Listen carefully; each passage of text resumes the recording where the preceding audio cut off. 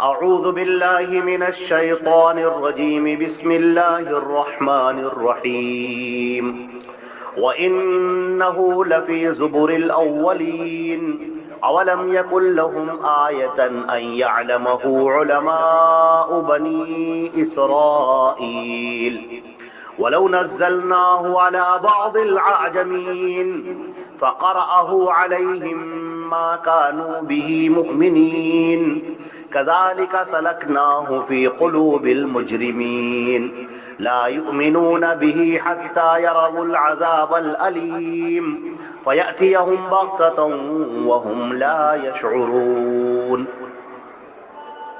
یہ سورہ شعراء کی آیت نمبر 196 96 سے لے کر اور یہ تلاوت کی گئی ہے 202 تک 202.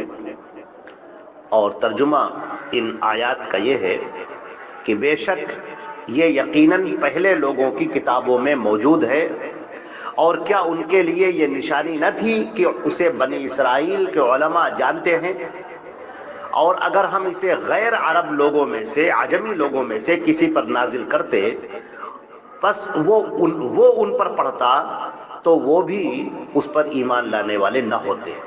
اسی طرح ہم نے یہ بات مجرموں کے دلوں میں داخل کر دی ہے، وہ اس پر ایمان نہیں لائیں گے یہاں تک کہ وہ دردناک عذاب دیکھ لیں اور وہ ان پر اچانک آ پڑے اور وہ اس کے بارے میں سوچتے بھی نہ ہوں. تو یہ جو آیات نازل کی گئی ہیں یہ لوگوں کے ہر دھرمی کو بیان کرنے کے لیے کہ پہلی بات کہ یہ جو قرآن پاک نازل ہو رہا ہے وَإِنَّهُ لَفِي زُبُرِ الْأَوَّلِينَ، اس کے دو مطلب ہیں.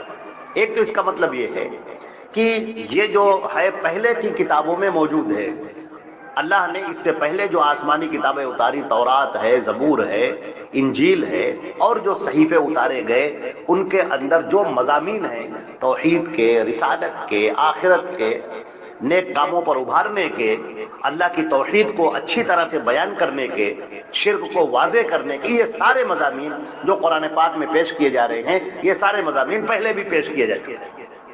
جو آسمانی کتابیں نازل ہوئی تھی وہ بھی اسی لیے نازل ہوئی تھی اور ان کے اندر بھی یہ مضامین پائے جاتے تھے. اور دوسرا مطلب یہ ہے کہ اس کا ذکر کہ ہم آخری پیغمبر بھیجیں گے، حضرت محمد مصطفیٰ صلی اللہ علیہ وسلم آخری پیغمبر آئیں گے، اس بات کا ذکر قدیم کتابوں کے اندر موجود ہے. جو بھی نبی آئے اس نے آخری نبی کے بارے میں، حضرت محمد مصطفیٰ صلی اللہ علیہ وسلم کے بارے میں لوگوں کو بیان کیا.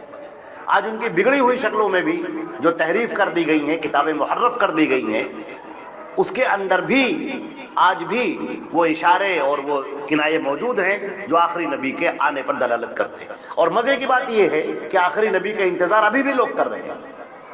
یہودی انتظار کر رہے ہیں آخری نبی کا، اور ان کا خیال یہ ہے کہ وہ ہمارے ہی میں سے آئے گا، بنی اسرائیل میں سے آئے گا. اور عیسائی بھی انتظار کر رہے ہیں اور ان کا خیال یہ ہے کہ وہ ہم ہی میں سے ہوگا. اور ہماری جو ہندو مذہب کے لوگ ہیں وہ بھی ایک کال کی اوتار کے نام سے انتظار کر رہے ہیں کہ آخری پیغمبر آئے گا. سکھ جو ماننے والے ہیں گرو نانک کے، وہ بھی انتظار کر رہے ہیں. گرو نانک جب اس دنیا سے جا رہے تھے اور ان کا شاگرد نندا تھا، وہ ان کے پیروں کو پکڑ کر رو رہا تھا، تو گرو نانک نے کہا کہ نندا میں نہ پہلا آخری گرو، نہ میں پہلا گرو ہوں اور نہ آخری گرو ہوں. اپنے سمے پر ایک اور گرو آئے گا جو اس پوری زمین کو روشنی سے بھر دے گا. اب وہ اس کے انتظار میں وہ آئے گا. اب کب آئے گا نہیں معلوم ہے، آئے گا انتظار. اب اگر ان لوگوں کو پتا ہو جائے کہ وہ آ کے جا چکا، اب تمہارا کام ہے اس پر ایمان لانا، مگر یہ بات ان کی سمجھ میں نہیں آ رہی. پھر فرمایا گیا کہ کیا ان کے لیے یہ بات کافی نہیں ہے کہ جو بنی اسرائیل کے بڑے علماء ہیں، جو جانکار ہیں، انہوں نے تصدیق کی ہے نبی کریم صلی اللہ علیہ وسلم کی. حضرت عبداللہ ابن السلام جو یہودیوں کے بہت بڑے عالم تھے، انہوں نے اسی طریقے سے اور بھی سلمان فارسی رضی اللہ تعالی عنہ جنہوں نے بہت عیسائیت کے بہت گہرائی کے اندر اترے ہوئے شخص تھے، اور انہوں نے تصدیق کی. حضرت جعفر طیار نے جب نجاشی کے سامنے تقریر کی تھی تو نجاشی نے اس کی تصدیق کی.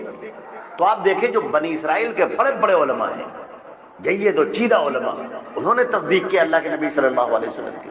یہاں تک کہ قرآن پاک نے تو یہاں تک کہا کہ یعرفونہ کما یعرفون ابناءہم، یہ یہود کے علماء، نصارہ کے علماء آپ کو ایسے پہچانتے ہیں جیسے اپنے بیٹوں کو پہچانتے ہیں. اپنی نجی مجلسوں میں خوب باتیں کرتے ہیں لیکن سامنے آنے سے کتراتے ہیں، ڈرتے ہیں۔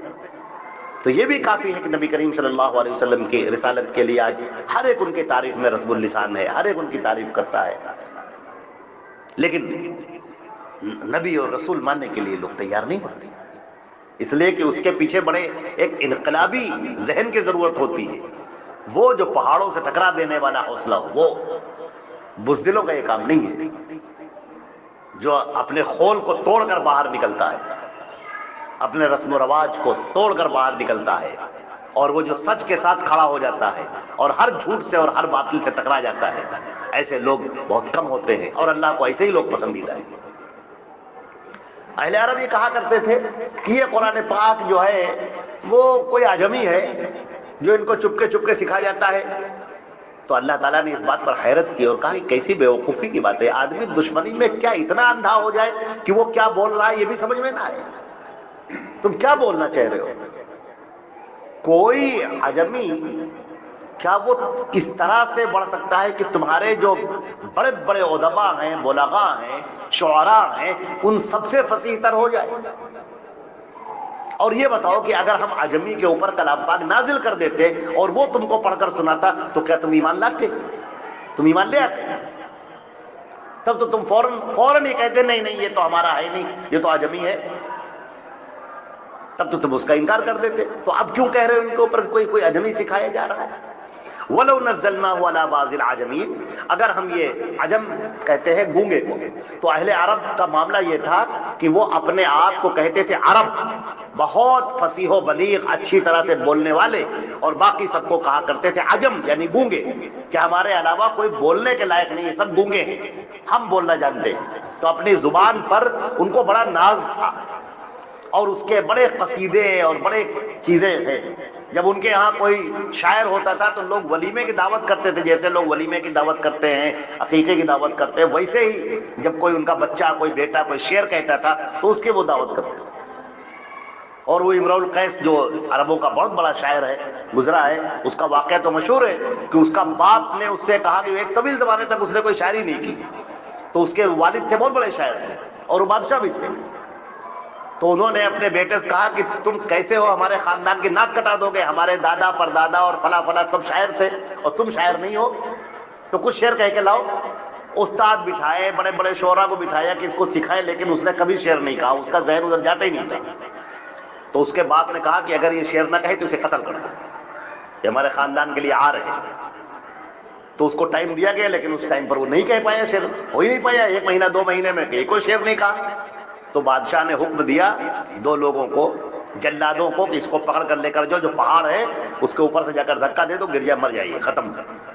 تو وہ اس کو لے کر چلے، تو اب تو اس کی جان پہ بن آئی کہ اب تو موت بالکل سامنے۔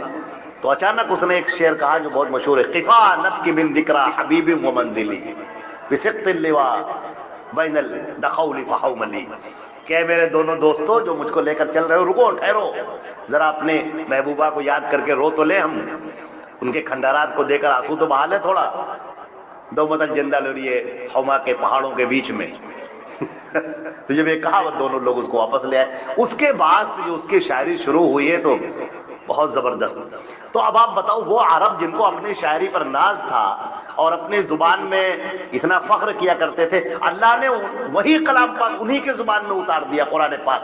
اب وہ اس کی فصاحت و بلاغت کے سامنے شرمندہ ہو گئے، اب ان کی زبانیں گنگ ہو گئی اور کہنے لگے یہ کیسا کلام ہے۔ تمام شعراء اور فصحاء اور نثر نگار اور انشاء پرداز اور تقریر کرنے والے سب سے بڑھا ہوا کلام ہے۔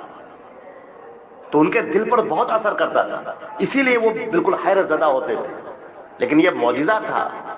اللہ تعالیٰ نے کہا کہ اگر تم اس کو سمجھ رہے ہو کہ محمد بنا کے لے کر آئے ہیں تو جاؤ اس جیسا کلام پاک تم بھی بنا کے لے آؤ، 1 سورہ لے آؤ۔ 3 مرتبہ چیلنج کیا ہے، 10 سورہ لے آؤ۔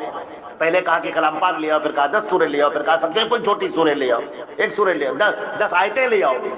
10 آیتوں کے بعد کہا کہ کوئی ایک چھوٹی سی سورہ لے آؤ۔ سورہ بقرہ میں ان کنتم فی ریب مما نزلنا علی عبدنا فاتوا بسورۃ من، سب سے چھوٹی سورہ ہمارے یہاں کون سی؟ انا اعطیناک الکوثر ہے، اسی چیز سے لے آؤ۔ لیکن سب عاجز آ گئے۔ تو اللہ تعالیٰ فرما رہا ہے کہ اگر ہم اسے غیر عرب لوگوں میں سے، عجمی لوگوں میں سے کسی کے اوپر نازل کرتے اور وہ عجمی ان کے اوپر وہ کلام پاک پڑھ کر سناتا تو کیا یہ ایمان لانے والے ہوتے؟ کذالک سلکناہ فی قلوب المجرمین۔ صحیح بات یہ ہے کہ اسی طرح کی یہ حرکتیں جب مجرموں کے دلوں میں ہوتی ہیں تو پھر ہم ان کے دلوں میں اسی طرح سے مہر لگا دیتے ہیں۔ یہ بات ہم مجرموں کے دلوں میں داخل کر دیتے ہیں، ایسے ہی دل میں ان کے بیٹھ جاتے، کجی بیٹھ گئی۔ ہر دھرمی جب آدمی کرتا رہتا ہے تو پھر اس کو صحیح باتیں بھی سب غلط ہی نظر آتی ہیں۔ جیسے کوئی آدمی چور ہوتا ہے، جب وہ چوری کرتا رہتا ہے تو اس کو ہر دوسرا آدمی چور نظر آتا ہے۔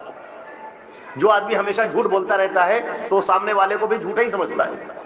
جو ہمیشہ دوسروں کو دھوکہ دیتا رہتا ہے تو سامنے والے کو وہ اس کو دھوکہ بازی نظر آتا ہے، کیونکہ وہ خود ویسا ہی ہے۔ تو اسی لیے یہ انکار کرتے اس حد تک پہنچ چکے ہیں کہ اب صحیح باتیں بھی ان کے دلوں میں داخل نہیں ہوتی، تو ہم نے ان کے دلوں کے اندر یہ باتیں مجرموں کے اندر داخل کر دی۔ اب یہ ایمان لانے والے نہیں ہیں، اب یہ نہیں ایمان لائیں گے۔ جب دردناک عذاب آئے گا تب ان کے ہوش ٹھکانے آئیں گے۔ تو یہ دردناک عذاب کا انتظار کر رہے ہیں، اور وہ جو عذاب آتا ہے تو وہ پہلے سے وارننگ دے کر نہیں آتا۔ عذاب اور پکڑ جو ہوتی ہے وہ اچانک ہوتی ہے۔ فَيَأْتِيهِمْ بَغْتَةً، وہ عذاب آ جائے گا اور اچانک آ پڑے گا۔ وَهُمْ لَا يَشْعُرُونَ، وہ اس کے بارے میں سوچ بھی نہیں رہے ہوں گے، خیال بھی نہیں کر رہے ہوں گے، اور وہ عذاب آ جائے گا۔ تو اللہ کی پکڑ سے ہمیشہ ڈرنا چاہیے۔ کوئی ایسا کلمہ اپنی زبان سے نہیں نکالنا چاہیے جو آپ کے غرور اور گھمنڈ کو بتاتا ہو، سامنے والے کی حقارت کو بتاتا ہو، سامنے والے کو ذلیل کرتا ہو۔